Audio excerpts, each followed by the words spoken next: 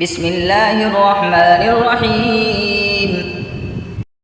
يسبح لله ما في السماوات وما في الأرض الملك القدوس العزيز الحكيم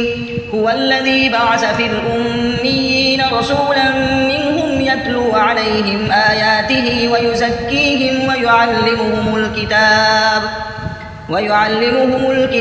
والحكمة وإن كانوا من قبل لفي ضلال مبين وآخرين منهم لما يلحقوا بهم وهو العزيز الحكيم ذلك فضل الله يؤتيه من يشاء والله ذو الفضل العظيم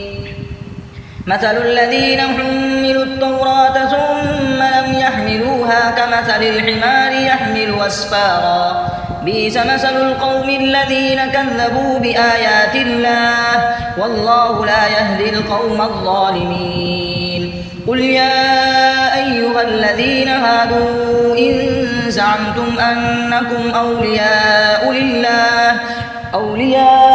لله من دون الناس فتمنوا الموت إن كنتم صادقين ولن يتمنونه أبدا بما قدمت أيديهم والله عليم بالظالمين قل إن الموت الذي تفرون منه فإنه ملاقيكم ثم